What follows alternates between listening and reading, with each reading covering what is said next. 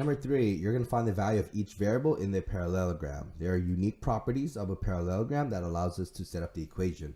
So let's solve for z first. We know that this line up here has to be congruent to this line here because these are pairs of opposite sides.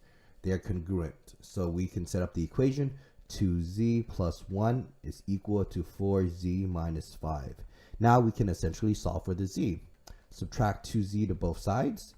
This does cancel, leaving you with a 1 equal to 2z minus 5 plus 5 to both sides. So this is cancel, leaving you a 6 is equal to 2z.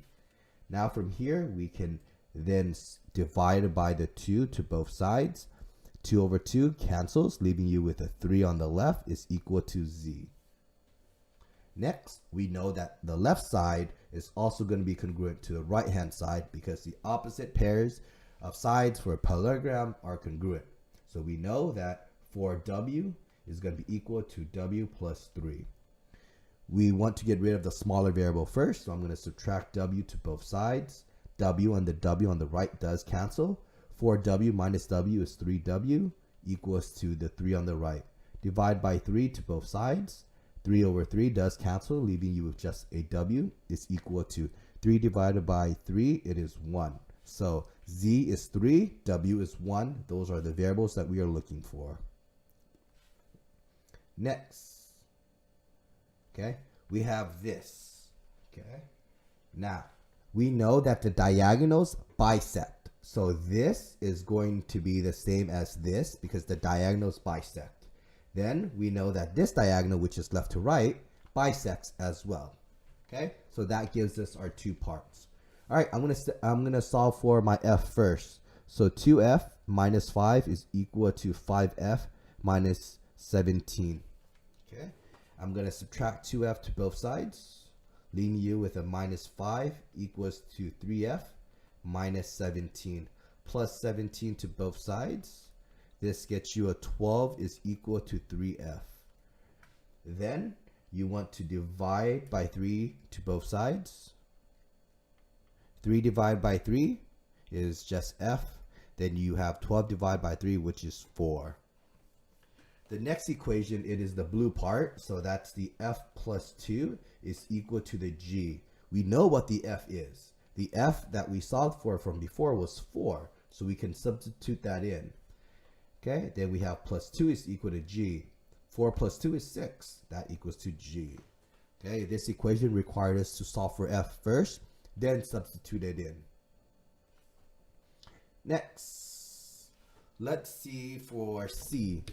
Okay, we know that the angles here, we know that this angle is congruent to this angle. So we could set those two equal to each other, but that's going to be useless because we have 2 different variables. Then we have this is congruent to this. I just don't want to cover it. Okay, that's useless because these 2 have 2 different variables. We need to know the relationship between that red arc and that black arc. We know that the consecutive interior angles for a parallelogram are supplementary. Therefore, we could set up this equation. We have that b minus 10, which is the 2 red arcs, plus that black arc, which is b plus 10, is going to be equal to 180 because the consecutive interior angles are, again, supplementary. B plus b, it is 2b, minus 10 plus 10 just cancels, leaving you with a 0, and you have a 180 on the left. Divide 2 to both sides. That cancels, leaving you with a b is equal to 90. Now you have this. Now you can solve for the other ones. So we know that b minus 10 is equal to c. Let's just make that substitution. B was 90. That's what we got from before. 90 minus 10, it is 80. That equals to c. Then we have the other piece. D is equal to b plus 10. Let's make that substitution. B was 90. Okay, so we have d is equal to 90 plus 10.